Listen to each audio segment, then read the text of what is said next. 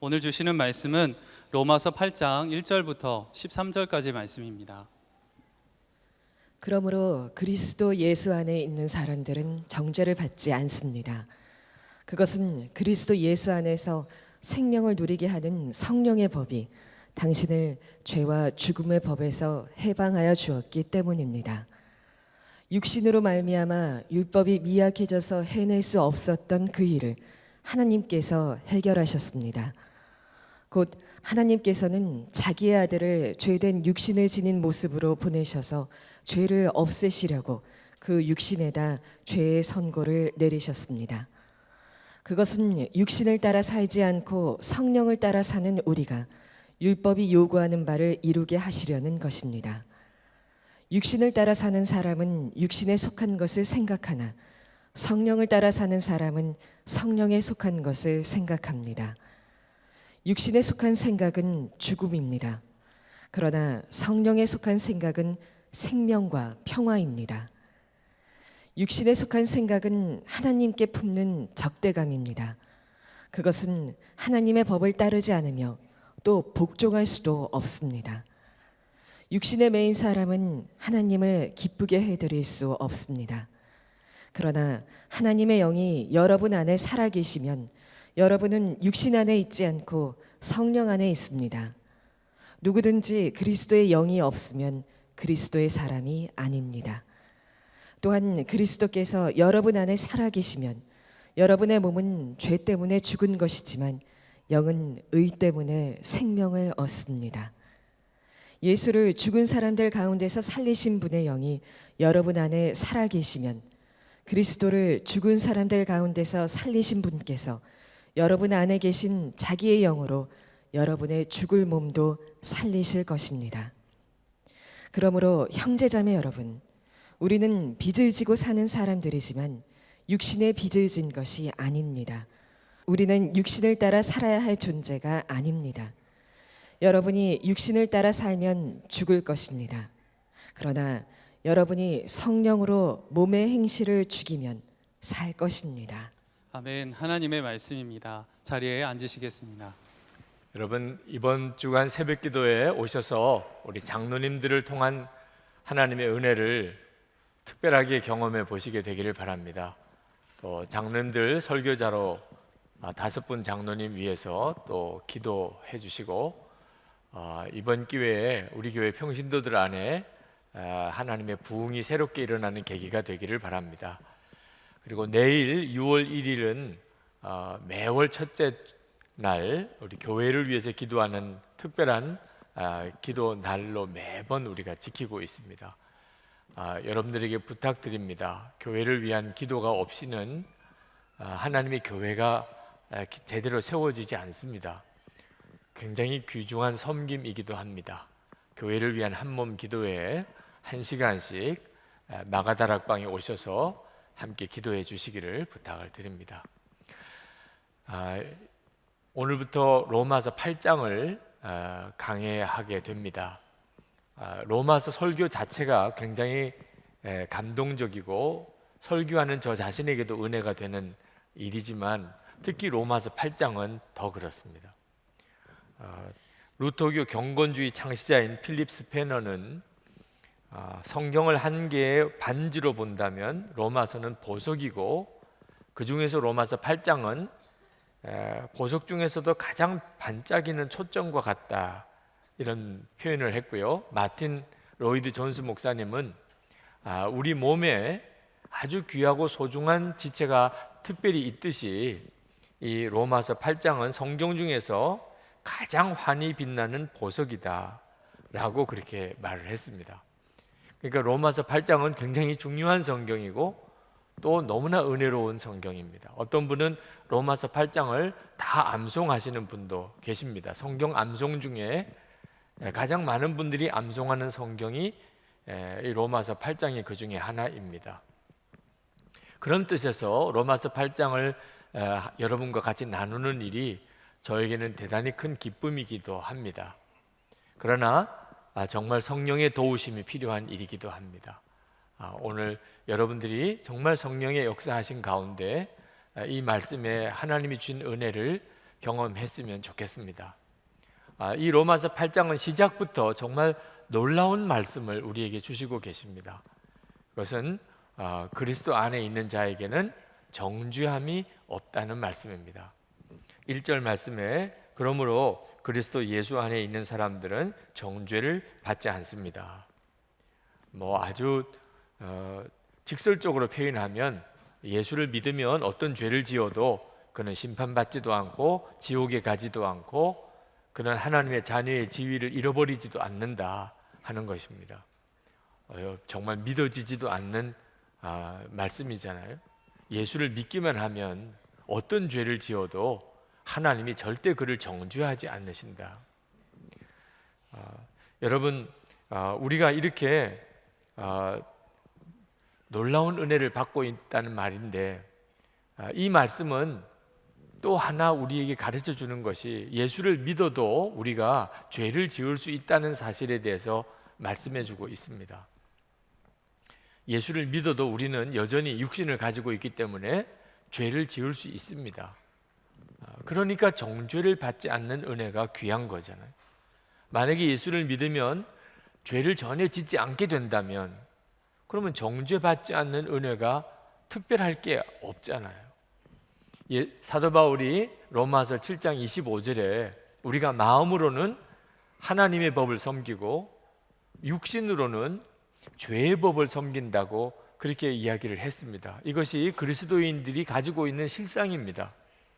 우리는 예수를 믿었지만 여전히 우리 육신은 죄의 법을 섬기고 있습니다. 그러나 우리 마음은 달라졌습니다.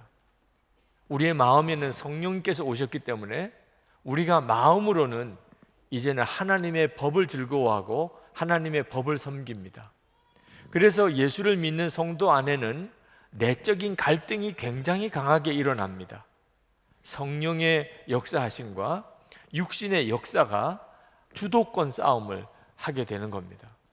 그래서 성도들이 예수를 믿고 난 다음에 죄에 대해서 더 고통을 경험하는 것도 바로 그 까닭입니다. 그러나 성도 여러분, 정말 믿으시기 바랍니다. 오늘 말씀 그대로 우리가 예수 그리스도 안에서는 절대 정죄함을 받지 않습니다. 하나님은 우리를 죄 지었다고 절대 버리지 않으십니다. 심판이 없습니다. 우리에게 2절 말씀에 그 이유를 말씀하고 있습니다. 그것은 그리스도 예수 안에서 생명을 누리게 하는 성령의 법이 당신을 죄와 죽음의 법에서 해방하여 주었기 때문입니다. 우리가 예수 믿기 전에는 죄와 죽음의 법의 지배를 받았습니다. 그 말은 죄 지으면 죽는다. 죄 지으면 반드시 죄값을 치른다. 죄 지으면 그는 지옥이다. 이것이 예수 믿기 전에 우리에게 적용되는 법입니다. 그런데 예수를 믿으면 법이 바뀌어 버립니다. 예수 그리스도 안에서 생명을 얻게 하는 성령의 법이 이제 우리에게 적용이 됩니다. 그 말은 무슨 뜻이냐면 예수님께서 저와 여러분의 모든 죄를 지시고 십자가에서 죽으셔서 우리는 속죄함을 받았습니다. 그리고 하나님의 성령께서 우리 안에 오셔서 우리를 친히 이끄십니다. 그래서 우리는 더 이상 이제는 죄의 종노릇 하지 않게 된 겁니다. 그래서 하나님이 우리를 더 이상 죄로 정죄하지 않으십니다. 율법을 하나님이 우리에게 주셨을 때 하나님의 뜻은 이 율법대로 살아서 모든 사람들이 다 의롭게 되어지는 것입니다. 그러나 율법으로는 도무지 우리가 의로워질 수가 없었습니다. 그래서 예수님의 십자가와 성령의 역사로 이 일을 이루신 것입니다. 율법의 요구를 완전히 이루어내셨습니다. 우리가 의로운 사람이 된 겁니다. 3절 4절 말씀에 육신으로 말미암아 율법이 미약해져서 해낼 수 없었던 그 일을 하나님께서 해결하셨습니다. 곧 하나님께서는 자기의 아들을 죄된 육신을 지닌 모습으로 보내셔서 죄를 없애시려고 그 육신에다 죄의 선고를 내리셨습니다. 그것은 육신을 따라 살지 않고 성령을 따라 사는 우리가 율법이 요구하는 바를 이루게 하시려는 것입니다. 여러분 모두는 정말 행복한 사람입니다. 생각할수록 행복한 사람입니다. 이런 은혜를 받고 있으니까 우리가 어떤 죄를 지어도 하나님은 우리를 정죄하지 않으십니다. 정말 믿어지지 않는 은혜이잖아요. 여러분들이 이 은혜 안에서 정말 행복하게 사시게 되기를 축복합니다. 네. 그러나 이 정죄함이 없다는 이 은혜가 요즘에 아주 논란이 되고 있습니다. 이 정죄함이 없다는 이 은혜 때문에 지금 기독교가 굉장히 난관에 처해져 있습니다. 이게 왜 이런 일이 벌어진 거죠? 사람들의 마음에 깊은 상처를 주고 많은 사람들이 정말 깜짝 놀랄 만한 그런 죄를 짓고도 나는 용서받았어. 하나님이 나를 정죄하지 않으셔. 나는 의로운 자야. 이런 그리스도인들이 생겨난 겁니다. 자, 세상 사람들이 보기에는 이건 정말 정상이 아닙니다. 아니, 분명히 자기가 잘못을 했으면서, 자기가 분명히 많은 사람들에게 실망을 주고 상처를 주었으면서도 자기는 용서받았다. 나는 하나님이 의롭게 하셨다. 나는 이제 정죄받지 않는다. 이런 식으로 정말 오리발을 내미듯이 하는 이 그리스도인들의 모습을 보고 예수 믿는 사람들은 다 사기꾼이다. 다 위선자다. 다 거짓말장이다. 이렇게 지금 막 사람들의 마음이 들끓는단 말입니다. 이 정죄함을 받지 않는다는 이 놀라운 은혜가 그렇게 하라고 하시는 것일까? 이것이 오늘 우리의 큰 숙제입니다. 오늘 이 말씀을 여러분들에게 정말 드려야 할 이제 순서가 된 것 같습니다. 여러분, 정죄를 받지 않는다 하는 이 은혜는 교리로만 이해하면은 이런 식으로 이상하게 변질되고 맙니다. 분명히 성경은 예수 그리스도 안에서는 정죄를 받지 않는다고 말씀했습니다. 그런데 이것을 그냥 교리 지식으로만 알고 나는 죄를 지어도 나는 다 용서받았어. 나는 잘못했지만 하나님이 나를 의롭다고 인정해 주시고 계셔. 이런 식으로 받아들이는 것은 이건 교리로만 알고 있는 것입니다. 이 정죄를 받지 않는다고 하는 이 놀라운 은혜는 반드시 무엇이 하나 덧붙여져야 이것이 온전해집니다. 그게 뭐냐면 성령 하나님께서 우리 안에 오셔서 우리를 친히 이끌고 가신다고 하는 것이 전제가 되어야 됩니다.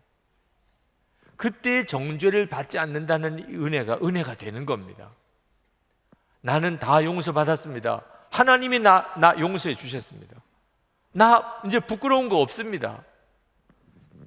이렇게 말하는 것이 확신이 아니고 그 사람 안에 성령께서 역사하시는 증거가 없는 정말 이상한 믿음이 되어버린 겁니다. 물론 예수 믿는 사람도 죄 짓습니다. 여전히 육신이 있기 때문입니다. 그때마다 하나님이 나를 정죄하지 않으신다는 믿음을 가지고 그 죄에서 이겨나는 일은 중요합니다. 그러나 항상 내 안에 계시는 성령께서 나를 이끄심이 드러나야 됩니다. 그는 죄 짓고도 뻔뻔하게 고백도 하지 않고 회개도 하지 않고 그리고 자기는 다 용서받았다고 말하는 것은 그 사람 속에서 성령님이 역사하시는 것을 도무지 알 수가 없는 일입니다. 정말 성령님을 모시고 사는 사람은 지극히 겸손합니다. 하나님 앞에서 용서받았지만 사람 앞에 잘못한 것에 대해서 그는 진실이 회개하고 그리고 참회하는 모습이 분명히 드러나야 맞습니다. 그는 다시는 죄와 상관이 없는 삶을 살고 그리고 그는 자기 스스로도 다른 사람을 용서하고 그리고 정말 감사의 삶을 살고 그리고 죄와 상관없는 삶을 사는 것입니다. 성령님이 그 사람 속에서 정말 그를 이끌어 가신다면 그렇습니다. 여러분, 이 둘은 항상 같이 가야 되는 겁니다. 수영 못하는 사람에게 수영 코치가 함께 하면 그러면 깊은 물 속에 들어가도 그는 빠져 죽지 않습니다. 약한 양이 이리 가운데 다닐지라도 목자가 같이 하면 그는 이리에게 물려 죽지 않습니다. 그와 똑같이 우리가 이 연약한 육신, 죄된 육신을 가지고 살지만 성령님께서 우리와 같이 계셔 주시면 우리는 이 죄의 종노릇 하지 않고 그리고 정죄받지 않는 은혜 가운데 우리가 삽니다. 항상 정죄받지 않는 이 은혜 속에는 성령님이 함께 계시는 것이 반드시 같이 가야 하는 것입니다. 그러므로 우리는 무엇보다도 성령님에 대해서 눈이 뜨여야 됩니다. 우리 마음에 오신 성령 하나님, 그 하나님에 대해서 눈이 열리면 그러면 우리는 정죄함이 없는 은혜 속에 삽니다. 그렇지만 우리 안에 계시는 성령님에 대해서 눈이 뜨이지 않으면 그러면 이 정죄받지 않는다는 믿음은 왜곡이 되어버립니다. 마귀가 장난을 치게 됩니다. 이 정죄받지 않는다는 이 믿음은 너무나 놀라운 은혜입니다. 믿어지지 않을 하나님의 축복입니다. 그런데 지금은 이 정죄받지 않는다는 믿음 때문에 기독교가 위기에 처해졌습니다. 교리로만 믿고 있기 때문에, 마귀가 완전히 왜곡시켜 버렸기 때문에. 여러분, 성령님을 바라보지 않는 분들은 정죄받지 않는다는 이 믿음이 실제로 자기 속에 실제가 되지 않습니다. 얼마나 많은 그리스도인들이 실제로는 정죄감에 사는지 모릅니다. 오늘 이 자리에 계신 여러분들 중에도 죄를 짓고 그리고는 너무나 비참한 마음에서 나는 구제불능이야, 하나님이 나를 용납하지 않으실 거야, 나는 도무지 죄를 벗어버릴 수가 없어, 이런 마음을 가지고 지금 이 자리에 앉아 계신 분들이 계실 거예요. 정죄받지 않는다는 이 놀라운 말씀을 몰라서 그런 게 아닙니다. 그런데도 왜 이렇게 믿어지지가 않지요? 성령님을 바라보는 눈이 뜨이지 않아서 그런 겁니다. 성령님이 함께 계시는 것에 대해서 눈이 뜨이지 않으면 정죄받지 않는다고 하는 이 말씀이 내게 실제가 되지 않습니다.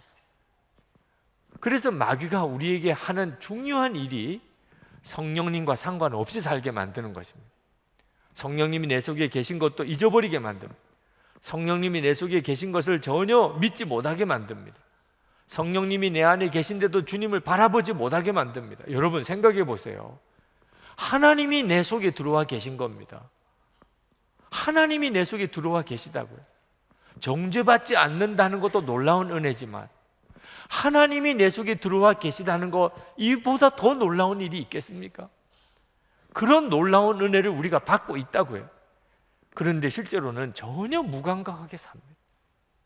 하나님이 내 속에 들어와 있는 줄 전혀 모르고 삽니다. 그 결과가 뭡니까? 무서운 정죄감 속에서 아직도 헤어나오지를 못하는 거예요. 또 하나가 있습니다. 마귀가 왜곡시키는 거. 죄가 아무것도 아닌 것처럼 여기게 만드는 것입니다. 죄가 아무것도 아닌 것처럼. 왜? 정죄함이 없으니까. 이제는 나는 정죄함 받지 않습니다.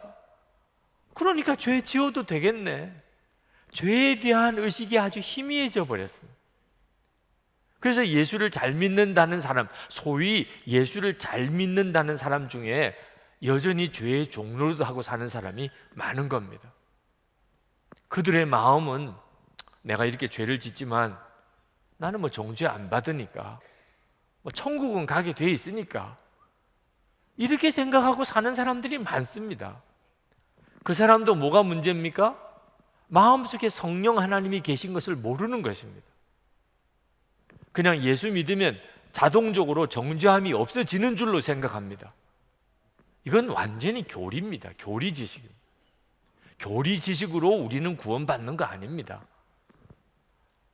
성령 하나님께서 내 안에 계신 것을 알고 나면 절대로 그렇게 할 수가 없습니다. 하나님은 우리를 정죄하지 않으시지만 죄 지어도 괜찮다고 절대로 말씀하시지 않았습니다. 우리 예수 믿는 우리들도 죄를 지으면 심각합니다. 징계가 있기 때문입니다. 여러분, 우리가 예수를 믿고 하나님의 자녀가 되면 정죄받지 않지만 징계는 받는다고 성경은 이야기합니다. 히브리서 12장 7절 8절에 보면 하나님의 아들과 같이 너희를 대우하시나니 어찌 아버지가 징계하지 않는 아들이 있으리요. 징계는 다 받는 것이거늘 너희에게 없으면 사생자요 친아들이 아니니라. 요한계시록 3장 19절에 무릇 내가 사랑하는 자를 책망하여 징계하노니 그러므로 내가 열심을 내라 회개하라. 하나님은 여러분을 정죄하지 않으십니다. 그러나 하나님은 여러분을 징계하십니다. 어떤 때는 징계가 더 아플 때가 있습니다. 정죄받지 않는 것은 그건 심판자리 가봐야 아는 거고, 징계는 지금 당장 받는 겁니다. 하나님의 자녀면서 예수 믿으면서 여전히 죄를 지으면 그러면 내 마음의 기쁨이 다 떠납니다. 감사가 다 떠납니다. 기도도 제대로 되지도 않습니다. 믿음의 확신 다 무너집니다.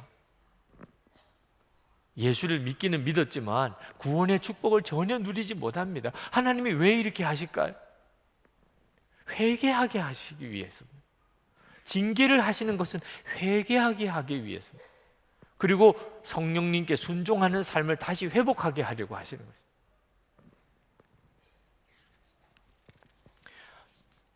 수영 못하는 사람이 더 이상 깊은 물에 들어가도 죽지 않는 것은 수영 선수인 코치가 함께 하기 때문입니다. 양이 이리 가운데 다녀도 괜찮은 것은 목자가 같이 있기 때문입니다.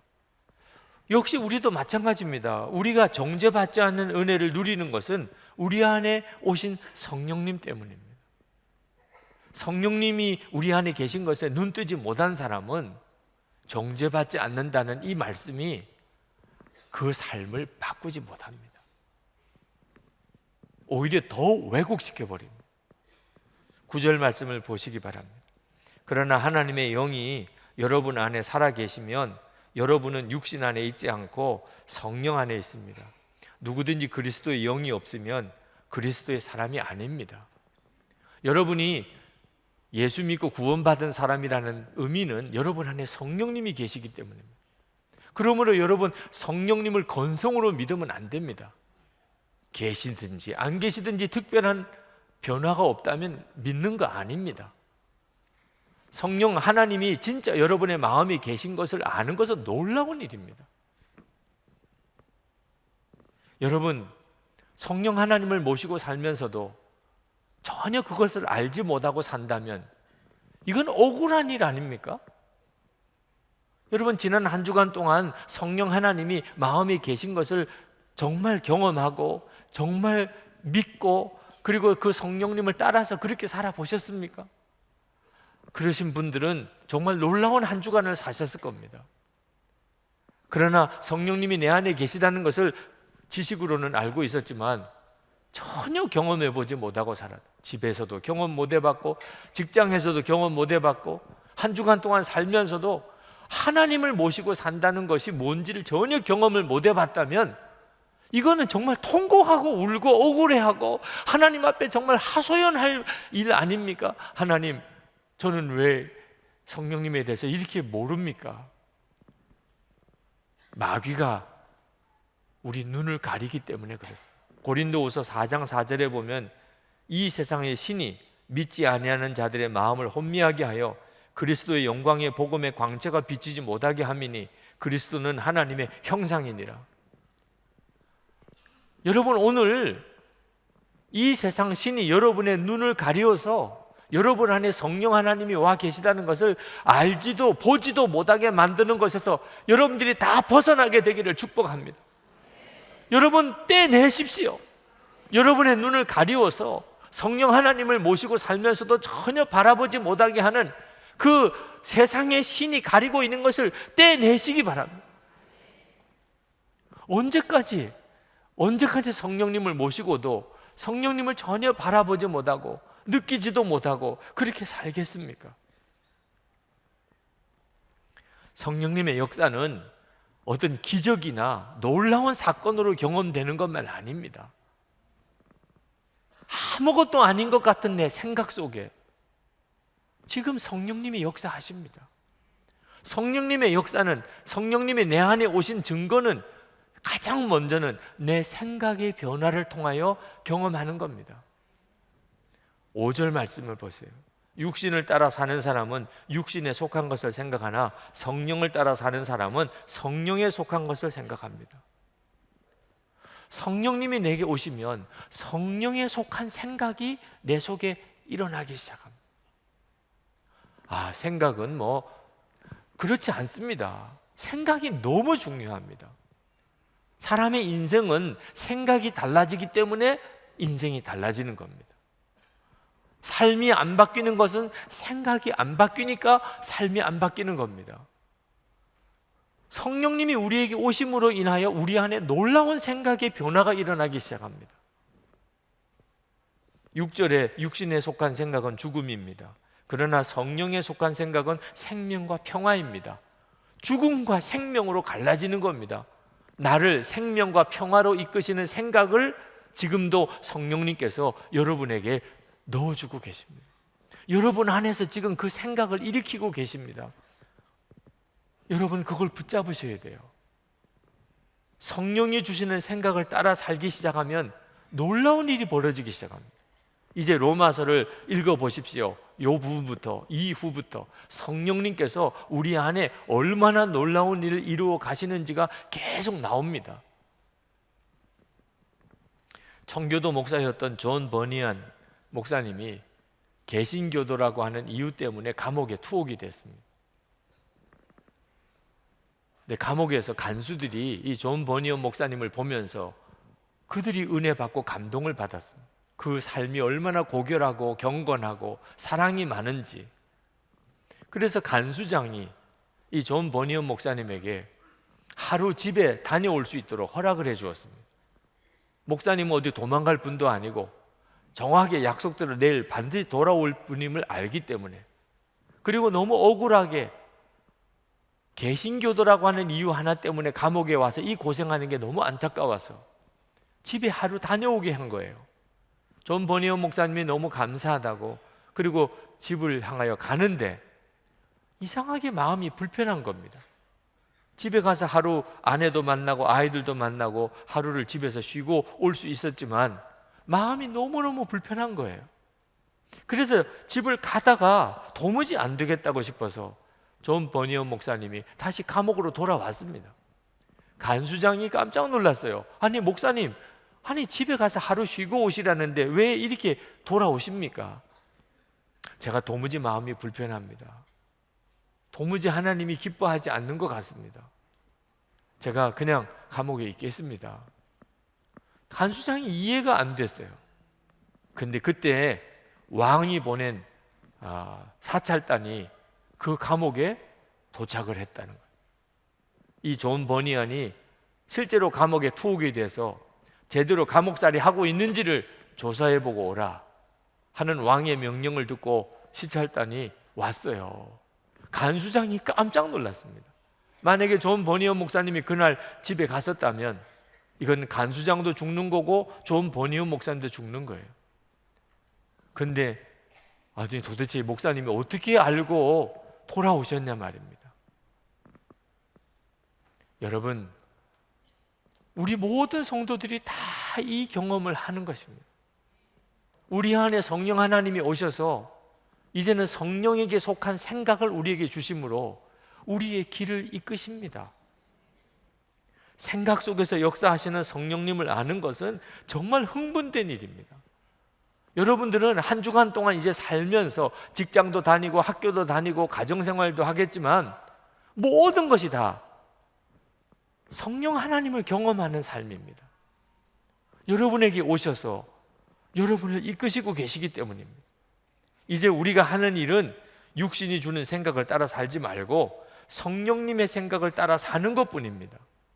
4절 말씀에 육신을 따라 살지 않고 성령을 따라 사는 우리라고 말했습니다. 이게 바로 예수 믿는 사람입니다. 예수 믿는 사람이 누굽니까? 육신을 따라 살지 않고 성령을 따라 사는 사람.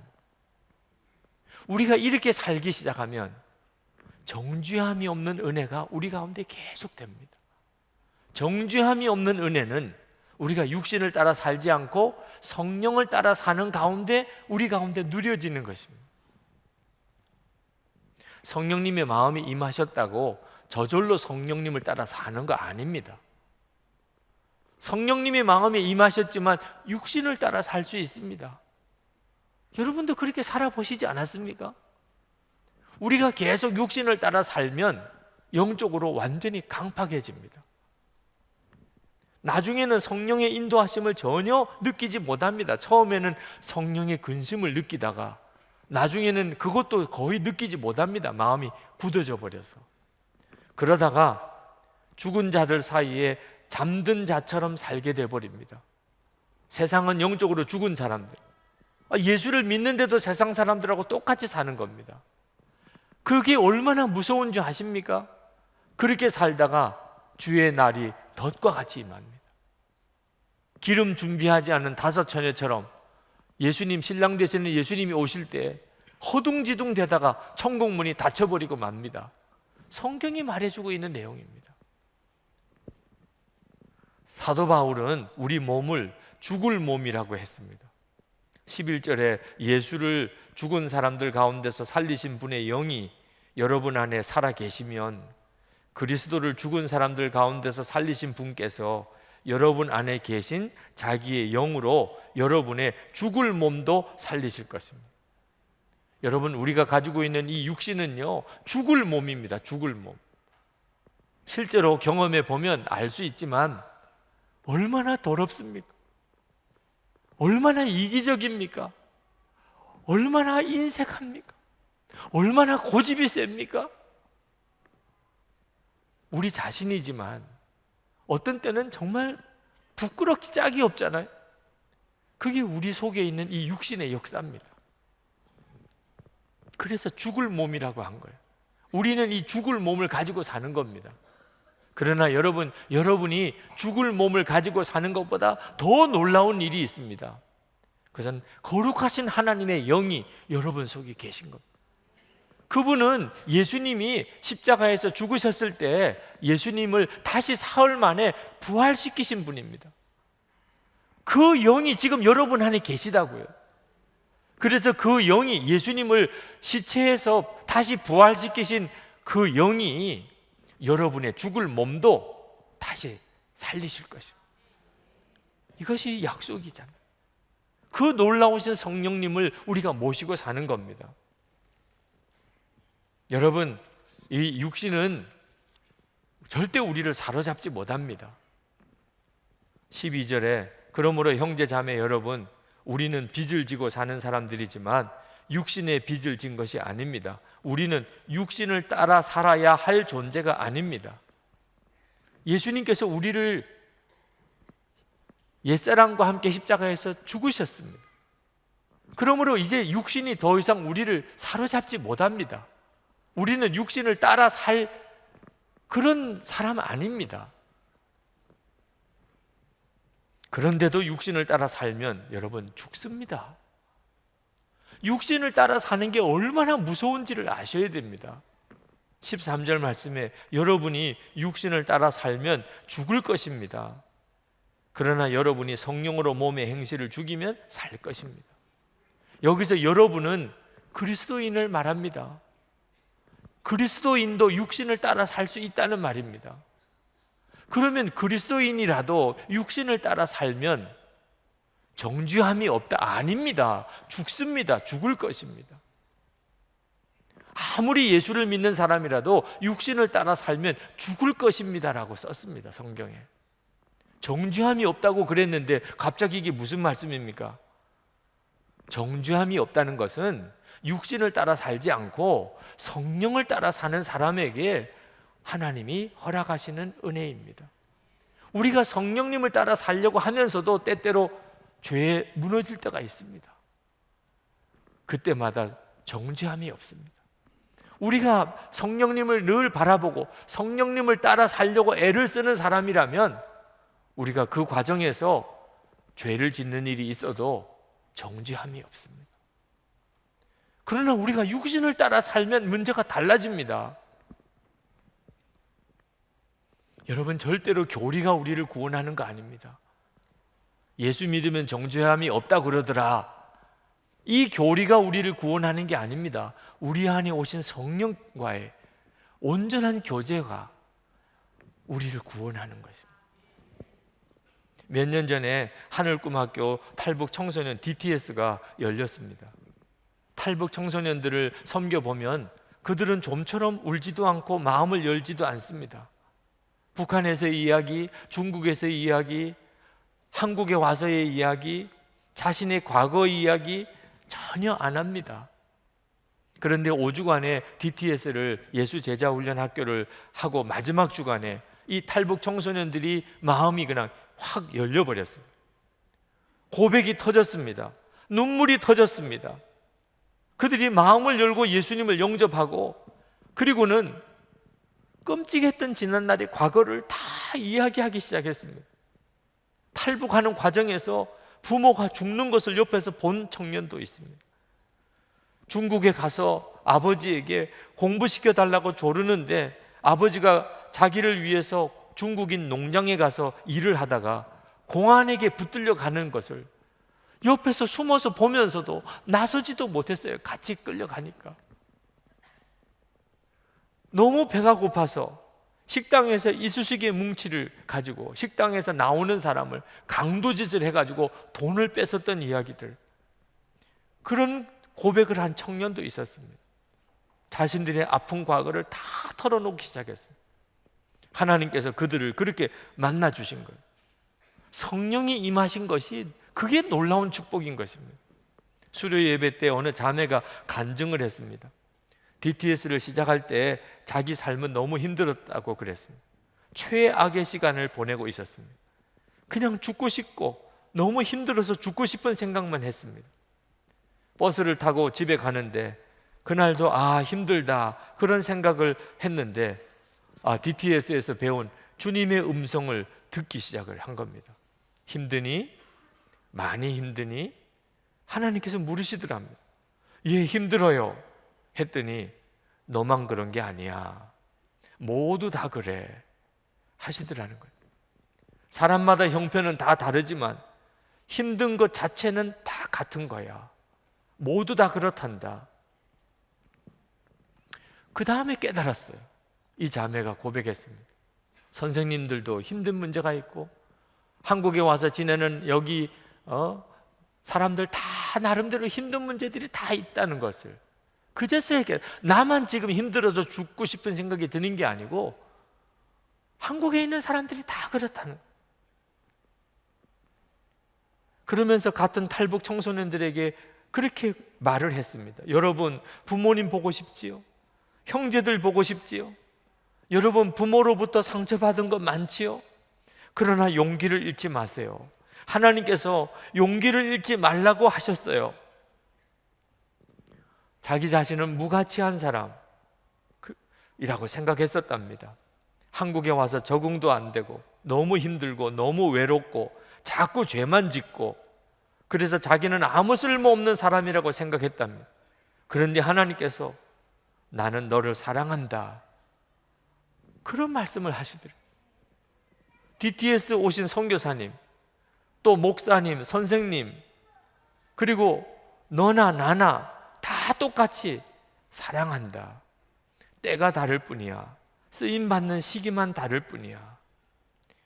하나님의 그 말씀을 듣고 그리고는 너무 마음이 기뻐서 눈물로 그 고백을 하는 장면을 보면서 이건 성령님이 아니면 하실 수가 없는 일, 성령님이 그 속에 들어오시지 않았으면 있을 수가 없는 일이에요.